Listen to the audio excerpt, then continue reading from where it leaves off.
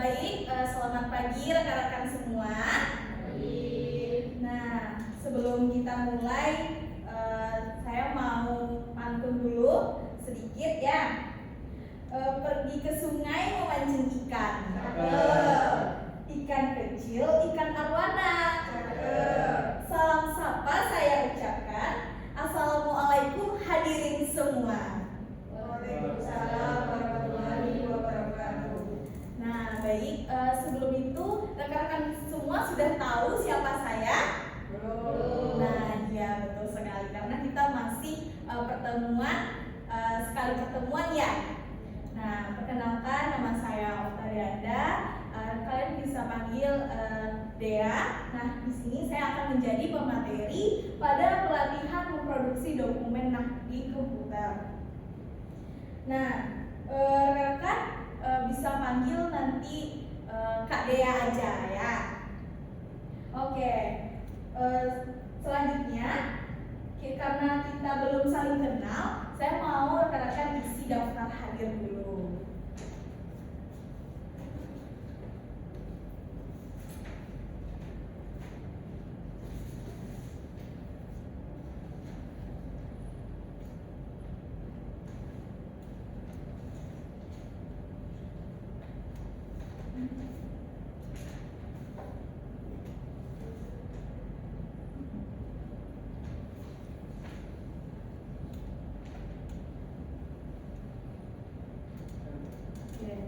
Terima kasih. Nah, karena tak kenal maka tak sayang. Nah, dia mau kita kenalan satu-satu, tapi gak usah pakai nama panjang. Bisa berdiri satu-satu, perkenalkan nama terus dari mana. Silakan dari saudari. Baik, perkenalkan nama saya Mei. Dari mana? Dari Riau. Oke, selanjutnya. Baik, perkenalkan saya Ayerzi, saya dari Solo. Oke. Baik, perkenalkan nama saya Adinda Ramadhani. Bisa dipanggil Dinda. Berasal dari mana? Baik, perkenalkan nama saya Esa, saya dari Gunung. Baik, perkenalkan nama saya Hafiz, asal dari Jambi. Wah, jauh ya. Nah, berarti rata-rata di sini kebanyakan di luar Sumatera. Wow, hebat banget sudah datang ke pelatihan Dea hari ini. Tepuk tangan. Nah, pada topik kali ini saya akan menjelaskan bagaimana sih rekan-rekan memproduksi dokumen di dalam komputer. Nah, jadi tujuan kita pada hari ini untuk mengetahui bagaimana sih dan apa saja kita mengolah dan mengelola dokumen-dokumen yang ada di dalam komputer, baik itu dari perangkat lunak, perangkat keras. Nah, seperti itu. Jadi sangat bermanfaat sekali pada pelatihan kali ini karena akan menambah wawasan serta pengetahuan rekan-rekan semua. Karena hal ini juga akan berpengaruh di bidang pekerjaan rekan-rekan nantinya. Dimana kalau rekan-rekan membuat suatu dokumen, file atau dalam pengetikan, jadi rekan-rekan itu tidak ragu, oh ini termasuk perangkat lunak ini, nah ini termasuk Microsoft Excel ya gitu. Jadi kayak ini tuh sangat-sangat bermanfaat, apalagi rekan-rekan semua berada di luar provinsi Sumatera, dan ini kayak wow, excited sekali gitu dalam menghadiri pelatihan saya pada hari ini, dan saya sangat-sangat berterima kasih kepada rekan-rekan semua. Nah, selanjutnya durasi pelatihan ini 25 menit ke depan saya akan menjelaskan hal-hal apa saja yang perlu ilmu pengetahuan yang akan saya berikan kepada rekan-rekan semua. Karena dengan 25 menit ini semoga saja rekan-rekan dapat memahami serta ilmu yang bermanfaat ini sangat-sangat berguna di kemudian harinya bagi rekan-rekan semua. Dan begitu pun juga saya akan memberikan dengan semaksimal mungkin agar dapatnya tersampaikan ilmu-ilmu yang bermanfaat. Oke, nah di sini di langkah-langkah pelatihan ini ada beberapa materi-materi yang akan saya berikan kepada rekan-rekan semua, dan semoga di setiap materi-materi tersebut nanti jika tidak ada kepahaman, nah adanya sesi diskusi juga, tanya jawab juga, serta evaluasi yang akan saya berikan sehingga pemahaman kita itu sama-sama tersampaikan. Atau ada hal-hal yang tidak rekan-rekan ketahui, rekan-rekan bisa tanyakan nantinya. Nah, selanjutnya sebelum itu agar fokus kita ada, nah saya mau ice breaking sebentar ya. Oke, nah kalau saya sebutkan pagi, rekan-rekan tepuk 1 kali. Kalau saya sebutkan siang, rekan-rekan bertepuk 2 kali. Nah, sedangkan kalau saya sebut malam, nah rekan-rekan tidak ada yang bertepuk sama sekali. Nah, apakah rekan-rekan paham? Oke. Pagi, siang, pagi, siang, malam. Oke, kita coba sekali lagi. Siang, pagi, siang, pagi, malam. Oke, sudah fokus. Nah, nantinya saya juga ada satu lagi. Nah, kalau saya sebut kalau kau suka hati tepuk tangan. Nah, teman-teman nggak boleh ada yang tangan. Misalnya pegang kepala, pokoknya jangan sesuai instruksi. Apakah teman-teman paham? Oke. Kalau kau suka hati tepuk tangan. Nah, oke. Berarti fokus teman-teman sudah ada ya, sudah terlihat. Nah, semoga oke, kalau sudah fokus, nah saya berharap semoga di pelatihan ini nanti kita mulai teman-teman mendapatkan hasil yang bermanfaat seperti itu. Oke, kita mulai.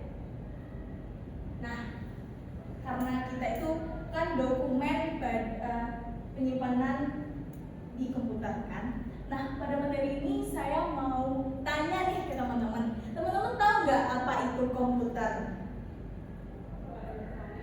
Oke, alat elektronik. Nah, apakah teman-teman semua sudah pernah lihat komputer? Nah, seperti apa sih bentuknya? Ada yang bisa jawab? Saudari? Sama seperti laptop. Oke. Nah, terus apa sih bedanya komputer sama laptop itu? Ada yang bisa jawab? Nah, tentu berbeda ya, rekan-rekan, karena namanya aja sudah beda gitu. Oke.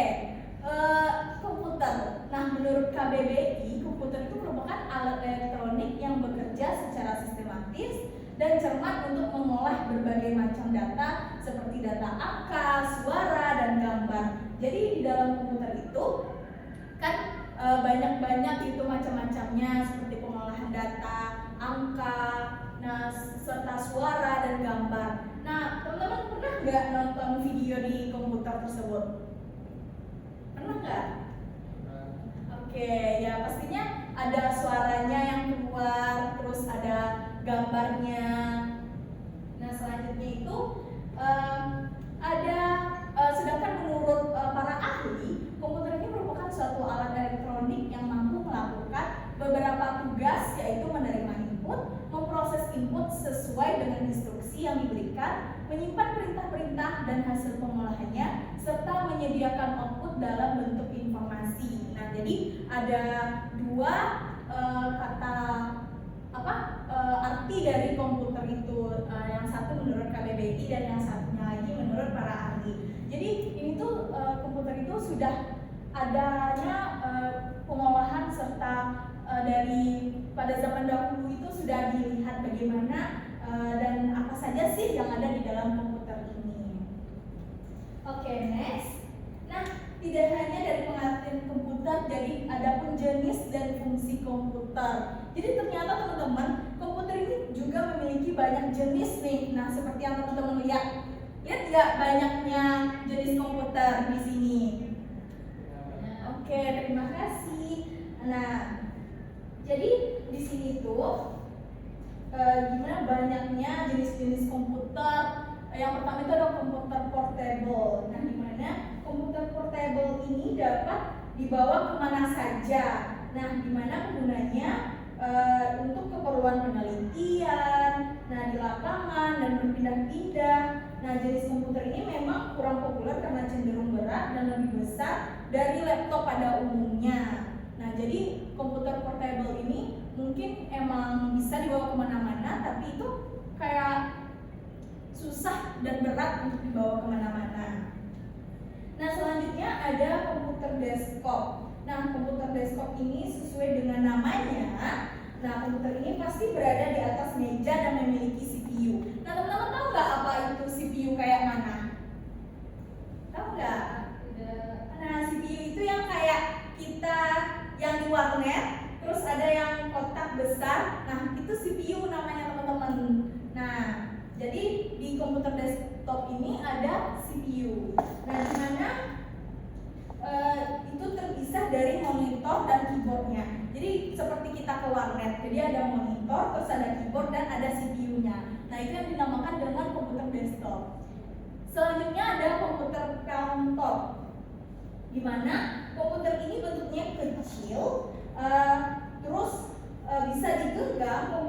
Komputer ini sangat jarang digunakan sejak diluncurkannya smartphone. Mungkin kayak tab-tab gitu, tapi karena dia agak besar dari smartphone, jadi jarang gitu orang bawa-bawa gitu. Nah, terus ada komputer tower. Komputer tower ini di mana bentuk komputer jenis ini lebih besar dari komputer jenis biasanya yang diletakkan di atas atau di samping meja. Komputer tower ini dapat ditambahkan perangkat pendukung karena memiliki expansion sheet. Oke, itu komputer tower. Selanjutnya ada komputer notebook. Nah, teman-teman pernah nggak lihat notebook? Oke, nah seperti itu ya komputer notebook ini yang merupakan jenis laptop tapi ukurannya tuh lebih tipis. Nah, komputer jenis ini banyak digunakan oleh pelajar, pengajar, dan peneliti yang membutuhkan perangkat komputer yang ringkas dan ringan. Jadi komputer notebook ini seperti yang kita lihat dan telah kita amati. Jadi komputer notebook ini banyak-banyak mahasiswa seperti kita, seperti rekan-rekan saat ini yang menggunakan agar mudah karena dia lebih kecil dari komputer biasanya. Yang keenam itu handbook, di mana jenis notebook yang ukurannya lebih kecil dari notebook pada umumnya. Handbook ini memiliki prosesor dengan spesifikasi yang rendah. Nah, jadi ini juga bisa dibawa kemana-mana tanpa adanya CPU seperti komputer portable, seperti komputer desktop. Nah, dan ini biasanya orang-orang juga membawa gitu. Nah, selanjutnya ada komputer laptop. Nah, komputer laptop ini jenis ini dapat diletakkan di mana saja di perangkat penggunanya. Laptop ini memiliki CPU, monitor, keyboard yang menyatu. Nah, jadi kalau komputer laptop ini CPU, keyboard, dan laptop layarnya itu menyatu seperti ini teman-teman. Kalian bisa lihat. Nah, selanjutnya kita akan membahas tentang fungsi komputer. Wow, tidak hanya jenis komputer, ternyata komputer ini juga memiliki fungsi. Nah, salah satu teman-teman bisa lihat. Nah, tadi kan oke. Nah, dari fungsi komputer, nah ini kan tadi ada jenis-jenisnya yang 7 ini. Nah, dari yang 7 ini untuk fungsinya sama. Nah, seperti data itu bisa di-input, terus di mana dapat menerima informasi, serta data dan sumber lainnya. Nah, data tersebut diterima melalui aktivitas di keyboard, mouse, dan komputer atau peralatan lainnya. Jadi dari keyboard, mouse, dan peralatan lainnya itu bisa tersampaikan di ke-7 jenis komputer tersebut. Nah, terus yang selanjutnya itu untuk data input. Nah, pada 7 jenis komputer ini tidak hanya output, namun data input juga bisa terprosesi dan memiliki fungsi komputer, di mana untuk menghasilkan output atau informasi setelah melalui proses pengolahan data, informasi tersebut dapat disajikan melalui monitor. Nah, jadi dari monitor ini rekan-rekan, nah bisanya fungsi komputer tersebut berfungsi. Nah, selanjutnya ada data processing fungsi utama komputer. Nah, di mana melakukan pengolahan data sehingga menghasilkan output yaitu berupa informasi dari ketujuh jenisnya itu berfungsi sebagai data processing. Nah, selanjutnya data storage komputer. Nah, storage itu atau penyimpanan ya rekan-rekan, di mana berfungsi sebagai tempat penyimpanan data sehingga ditemukan dengan mudah dan digunakan kembali. Nah, jadi untuk teman-teman yang kayak menyimpan data ke memori, nah itu fungsi komputernya itu. Jadi hal-hal yang sudah kita simpan, nah tidak akan hilang karena di dalam komputer tersebut adanya tempat data seperti itu. Nah, selanjutnya data movement fungsi komputer yang merupakan memudahkan data dari satu komputer ke komputer lainnya. Jadi dari satu komputer ke komputer lainnya itu rekan-rekan bisa tersalurkan datanya karena sudah merupakan hal dan fungsi dari komputer tersebut. Oke, nah selanjutnya ada software pelengkap lunak pada Microsoft Office. Nah, rekan-rekan melihat ada Microsoft PowerPoint, ada Microsoft Excel, Outlook, serta Access. Maaf ya karena ada kesalahan. Yang kelima itu Microsoft Access, bukan Excel. Nah, di sini saya akan menjelaskan satu-satu terlebih dahulu. Yang pertama Microsoft, nah itu Microsoft Word ya rekan-rekan. Nah, Microsoft Word, rekan-rekan tahu nggak apa itu Microsoft Word? Atau pernah lihat nggak Microsoft Word? Oke, karena rekan-rekan mahasiswa pasti kita menggunakan Microsoft Word kan untuk menyimpan dokumen, menggunakan mengetik seperti itu. Nah, di Microsoft Word ini pengolahan kata untuk membuat dokumen teks. Nah, ini contoh dari Microsoft Word.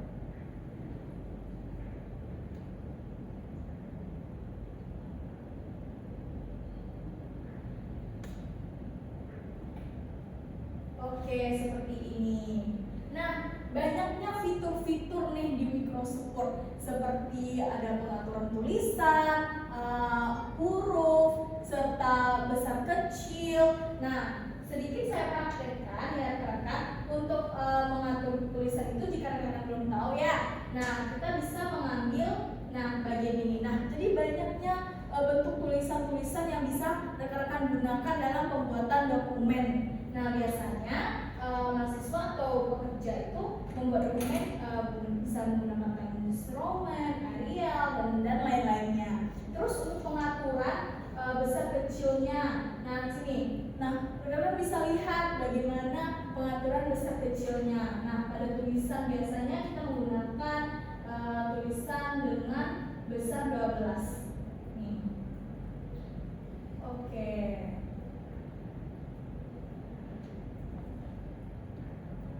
Nah, jadi untuk besar 12 ini seperti ini dan rekan-rekan bisa membesarkan dan mengecilkan. Terus untuk misalnya rekan-rekan ingin memblok, nah bisa rekan-rekan menekan Ctrl A. Nah, untuk penggantiannya bisa dengan besar kecil atau besar semua atau besar di ujung. Nah, rekan-rekan bisa menggunakan ini. Nah, untuk lebih mudahnya rekan-rekan juga bisa menggunakan kontrol apapun, misalnya seperti kontrol F untuk mencari apa saja sih baca-bacaan yang ada pada dokumen yang telah rekan-rekan buat. Nah, untuk menyimpan, rekan-rekan bisa menggunakan file dan save as. Nanti rekan-rekan, nah seperti ini, rekan-rekan bisa menyimpan di sini, nah bentuk PDF atau Word dan lain-lainnya. Oke, kita contohkan, misalnya kita berbentuk PDF. Nah, kita bisa save. Nah, seperti itu rekan-rekan dalam menggunakan Microsoft Word. Nah, selanjutnya ada Microsoft Excel. Nah, Microsoft Excel ini ya untuk spreadsheet, mengelola data, untuk perhitungan angka. Nah, misalnya saja rekan-rekan dalam pembuatan skripsi atau setelah pengolahan data, rekan-rekan bisa menggunakan Microsoft Excel tersebut, di mana hal tersebut dapat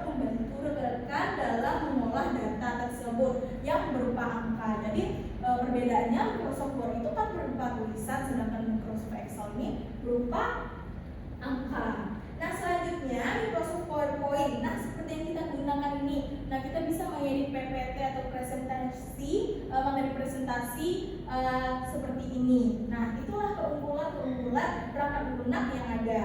Nah, PowerPoint program untuk membuat presentasi berbasis slide, seperti ada emoticon atau emoji lainnya, dan gambar-gambar lainnya. Dan di sini rekan-rekan kalau seandainya dalam dunia kerja nantinya atau sebagai mahasiswa, kita akan selalu menggunakan Microsoft PowerPoint ini untuk melakukan presentasi tersebut. Nah, selanjutnya ada Microsoft Outlook. Nah, ini sangat jarang dan mungkin beberapa orang juga jarang menggunakannya, karena pada Microsoft Outlook ini aplikasi untuk email dan manajemen jadwal. Nah, ini sangat berfungsi sekali mungkin bagi jurusan-jurusan manajemen, jurusan-jurusan yang mengatur atau para pekerja yang sangat membutuhkan untuk bagaimana mengatur dokumen, file untuk pekerjaannya agar teratur semuanya. Nah, jadi yang terakhir ada Microsoft Access, di mana sistem manajemen basis data untuk menyimpan dan mengolah data. Nah, Microsoft Access ini juga sebenarnya jarang orang-orang menggunakan, karena kayak ini tuh udah kayak di dunia pekerjaan mungkin. Nah, seperti itu.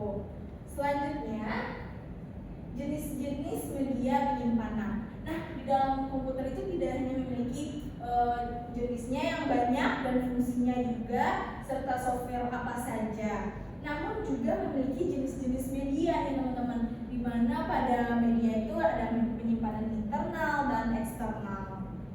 Nah, pada penyimpanan internal itu ada hard drive atau HDD.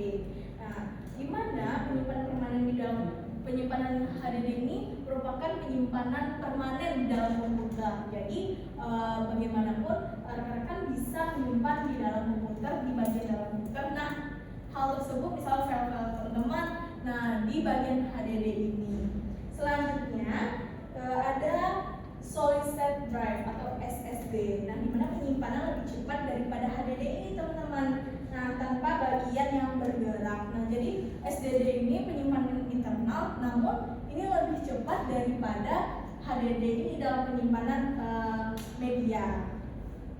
Nah, selanjutnya ada penyimpanan eksternal. Nah, jadi penyimpanan ini bukan hanya dari dalam, namun juga dari luar ternyata teman-teman. Nah, di mana penyimpanan eksternal ini seperti USB, external hard drive atau storage. Nah, USB atau flash drive. Teman-teman tahu kan kayak flash disk gitu. Nah, apakah teman-teman pernah lihat gak bentuk flash disk gitu? Nah, ya itu teman-teman, jadi penyimpanan portable yang dapat dipindahkan antar perangkat. Jadi flash disk itu merupakan penyimpanan eksternal pada komputer. Nah, jadi dari komputer satu ke komputer lainnya kita bisa menggunakan flash disk atau USB ini. Nah, tapi di flash disk itu juga bisa adanya virus nih teman-teman. Jadi hati-hati untuk penggunaannya. Nah, next ada external hard drive. Nah, di mana penyimpanan eksternal dengan kapasitas besar untuk cadangan data. Nah, jadi yang hard drive ini lebih besar gitu dari flash drive. Nah, ternyata untuk penyimpanan mungkin dokumen-dokumen seperti video besar beberapa menit, orang-orang yang bikin vlog di YouTube itu mungkin dia menggunakan external hard drive ini karena cadangannya itu juga besar. Nah, selanjutnya cloud storage dari Google Drive atau OneDrive. Nah, menyimpan data secara online yang dapat diakses dari mana saja. Misalnya kita menyimpan video melalui Google Drive. Nah, di situ udah di luar dari penyimpanan internal. Jadi teman-teman kemana aja asalkan teman-teman masih ingat apa sih password email teman-teman. Nah, teman-teman bisa menyimpan di sini gitu. Di perangkat manapun nanti teman-teman buka data dan dokumen teman-teman itu bisa gitu. Jadi untuk para pekerja juga yang memiliki banyak data pasti menggunakan Google Drive atau OneDrive ini. Nah, selanjutnya ada jenis-jenis dokumen yang akan dibuat nih teman-teman. Nah, jenis-jenis dokumen yang akan dibuat ini seperti laporan kerja, memo, surat resmi, panduan, instruksi, dan formulir.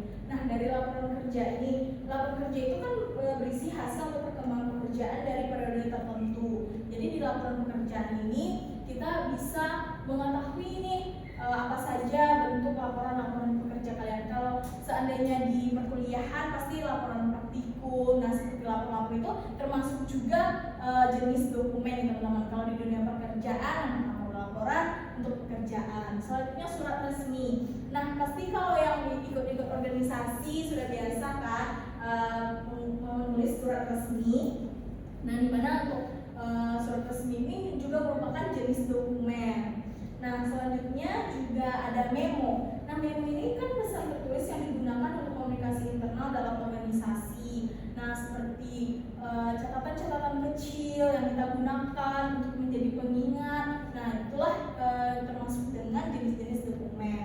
Nah, selanjutnya itu ada panduan atau instruksi. Nah, dokumen yang komunikasi formal dengan pihak eksternal atau internal. Nah, jadi pada panduan instruksi ini juga merupakan jenis dokumen. Nah, teman-teman seperti itu. Selanjutnya ada formulir. Formulir ini merupakan dokumen untuk mengumpulkan data atau informasi dari individu. Nah, formulir sepertinya kita melakukan penelitian atau untuk mendapatkan suatu data. Nah, jadi orang-orang banyak menggunakan formulir. Dan hal tersebut juga termasuk ke dalam jenis-jenis dokumen yang akan dibuat. Gitu, seperti formulir termasuk jenis dokumen, teman-teman. Oke, next ada format-format dokumen sesuai standar tempat kerja. Yang pertama dokumen resmi, teman-teman. Nah, dokumen resmi ini menggunakan format standar seperti margin, font, header, dan footer. Nah, dokumen resmi ini seperti yang telah saya lihatkan di Microsoft Word tadi. Jadi ada kayak pembentukan marginnya gimana, tulisannya apa, terus berapa. Nah, di sini bentuk format-format standar kerja. Nah, selanjutnya ada laporan memiliki format khusus dengan bagian pendahuluan, analisis, dan kesimpulan. Nah, pada laporan ini format dokumen itu harus ada kayak surat gitu. Jadi kayak laporan itu memang ada memiliki bagian pendahuluan, analisis, serta kesimpulan. Jadi nggak boleh terbalik-balik, teman-teman. Karena kalau di tempat kerja itu format-formatnya harus secara SOP.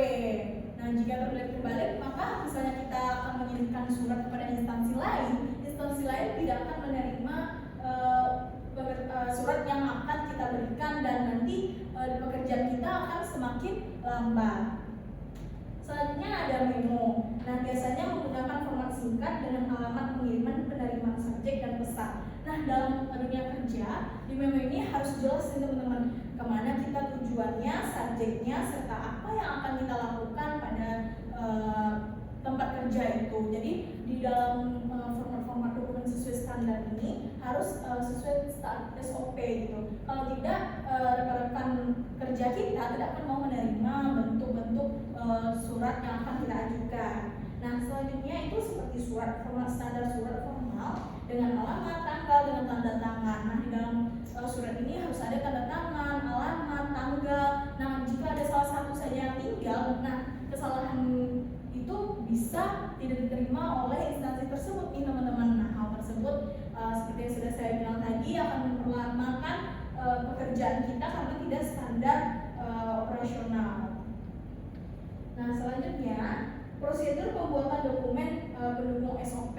Nah, begini saya teman-teman, agar sesuai dengan standar operasional pekerjaan. Nah, jadi kita itu harus ada prosedurnya. Yang pertama itu dokumen resmi laporan. Nah, di mana dokumen resmi itu menggunakan format standar. Menentukan format standar. Nah, yang pertama itu menentukan tujuan dokumen tadi nih, teman-teman.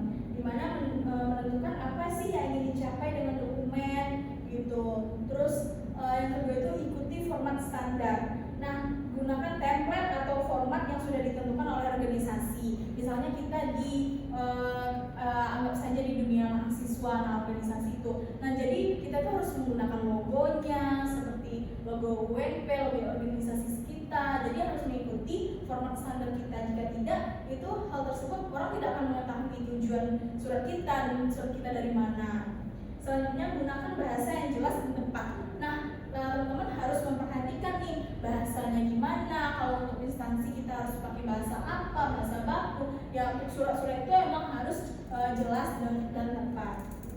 Selanjutnya, verifikasi dan review. Nah, pastikan semua informasi akurat dan sesuai dengan prosedur yang berlaku. Nah, jadi pembuatan surat itu kita harus sesuai dengan verifikasi dan review yang berlaku. Jadi kalau seandainya sudah membuat surat, nah kita melihat ke rekan kerja kita lainnya, gimana sih surat ini betul atau tidak.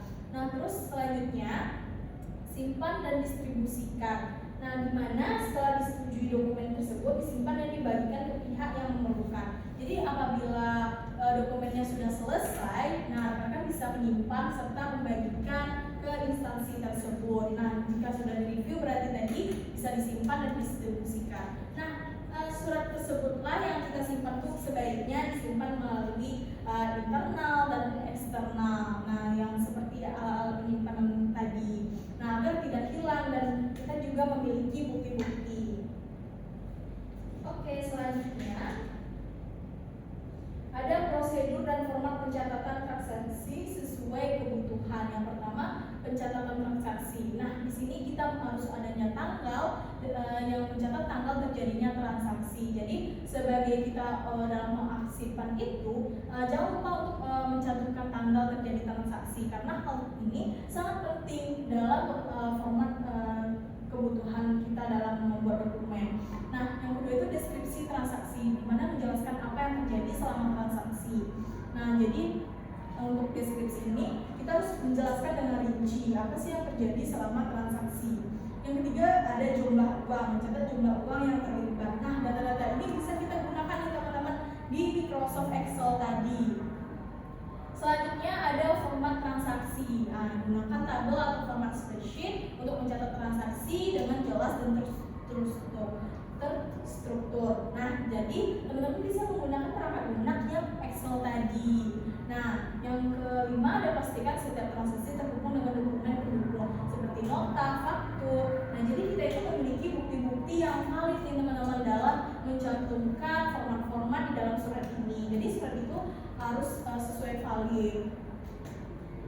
Oke, selanjutnya ada cara memberikan tanggapan terhadap maksud dari teks yang dibutuhkan. Nah, teman-teman harus membaca dan cermati karena teman-teman harus memahami pesan dan maksud yang teman-teman sampaikan. Jadi, tolong teman-teman misalkan dalam pembuatan surat harus memastikan dan mencermati apa sih isi surat yang teman-teman bikin.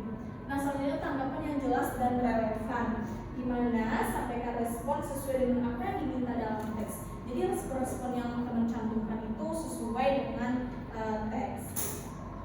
Selanjutnya gunakan bahasa yang sopan dan profesional. Nah, jadi dalam pembuatan dokumen surat, teman-teman jangan lupa untuk menggunakan bahasa yang sopan serta profesional.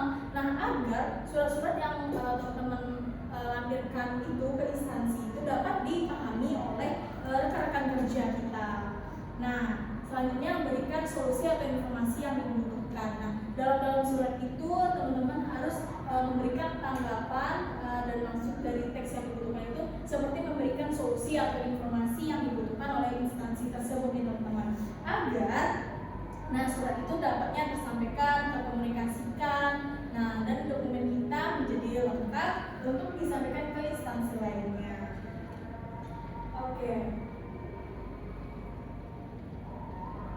Nah, selanjutnya pentingnya menyusun tanggapan secara terstruktur nih. Nah, bagaimana sih cara memberikan tanggapan terhadap maksud dari teks yang dibutuhkan? Nah, karena kita sudah memberikan surat, pasti ada tanggapan secara terstruktur. Misalnya saja instansi kita mendapatkan surat. Nah, kita itu harus menyusun tanggapan secara terstruktur agar surat tersebut dapat dibalas sebaik mungkin.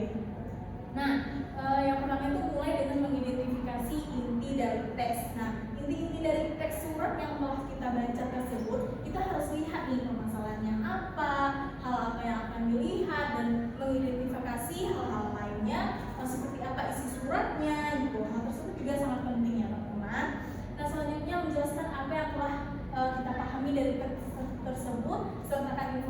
atau tindakan yang relevan untuk menanggapi maksud teks secara efektif. Nah, jadi kita tuh harus mengetahui nih bagaimana informasi atau tindakan yang relevan untuk menanggapi maksud dari teks secara efektif tersebut nih teman-teman. Nah, jadi begitulah cara-cara memberikan tanggapan terhadap maksud dari teks yang dibutuhkan.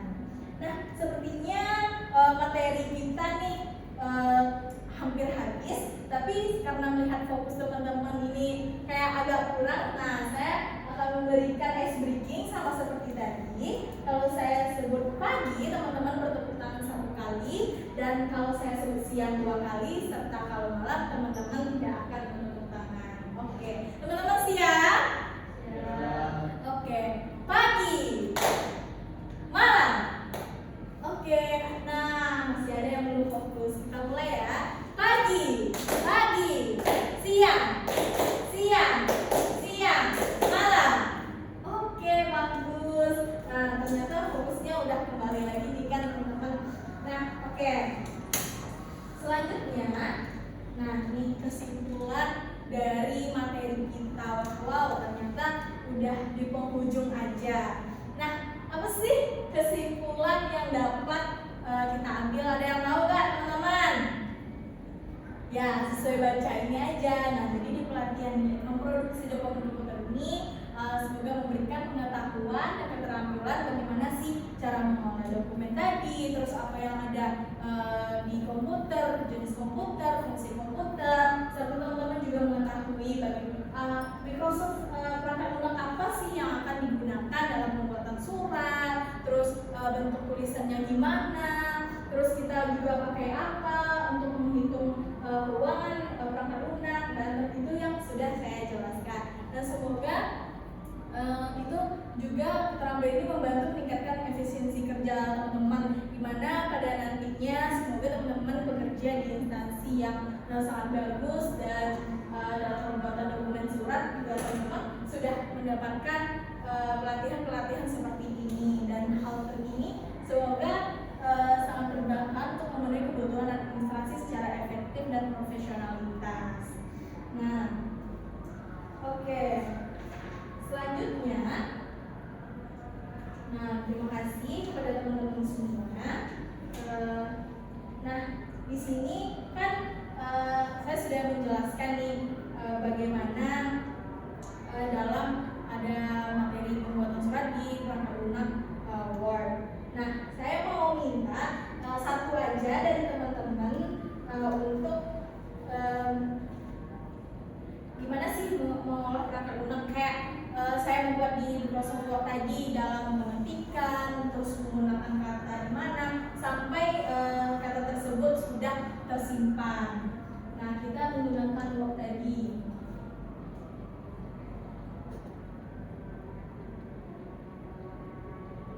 Nah, kita pakai ini. Nah, seperti yang sudah saya ajarkan tadi, saya juga ingin teman-teman bisa nih menyimpan dokumen ini. Ada nggak teman-teman yang mau? Oke, silakan coba ketik, terus kita pakai tulisan yang teman-teman mau sesuai ukuran, terus sampai ke save-nya.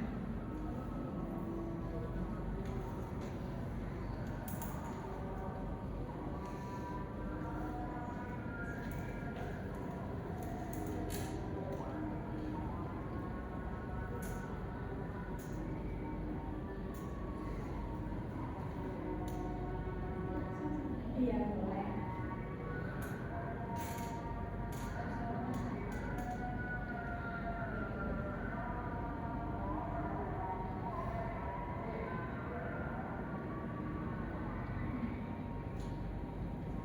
Oke, terima kasih. Tepuk tangan. Oke. Nah, selanjutnya, untuk itu berarti teman-teman udah paham. Nah, apakah teman-teman punya pertanyaan tentang materi ini? Nah, ada yang mau bertanya? Oke, kalau enggak, semoga karena teman-teman sudah bisa tadi gimana sih cara menyimpan, terus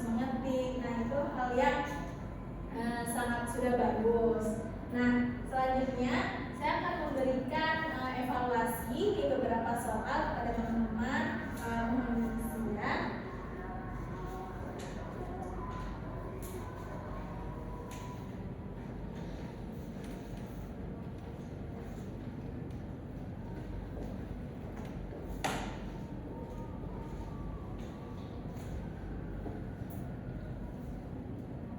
Berapa menit Kak? 2 menit.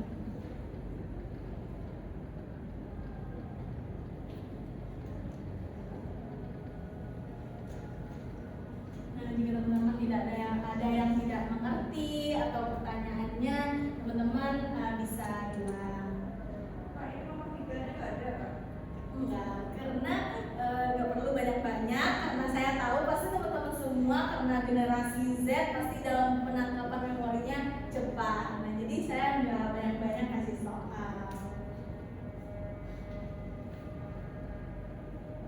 Berarti metode ini nomor 3 atau masih nomor 2 Kak? Masih nomor 2.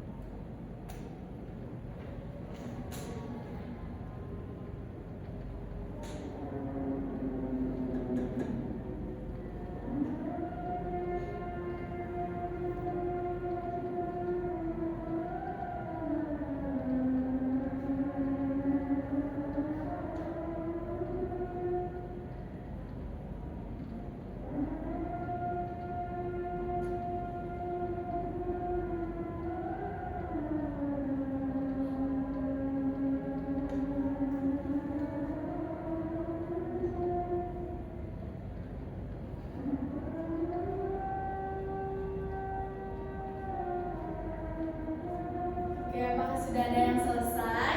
Sudah. Nah, kalau sudah sini terima kasih. Wah, ada yang banyak juga ya dalam menjawabnya. Nah, semoga teman-teman benar-benar paham dengan materi yang saya berikan ini. Nah, oke. Nah, untuk itu, karena kita akan mengakhiri kegiatan,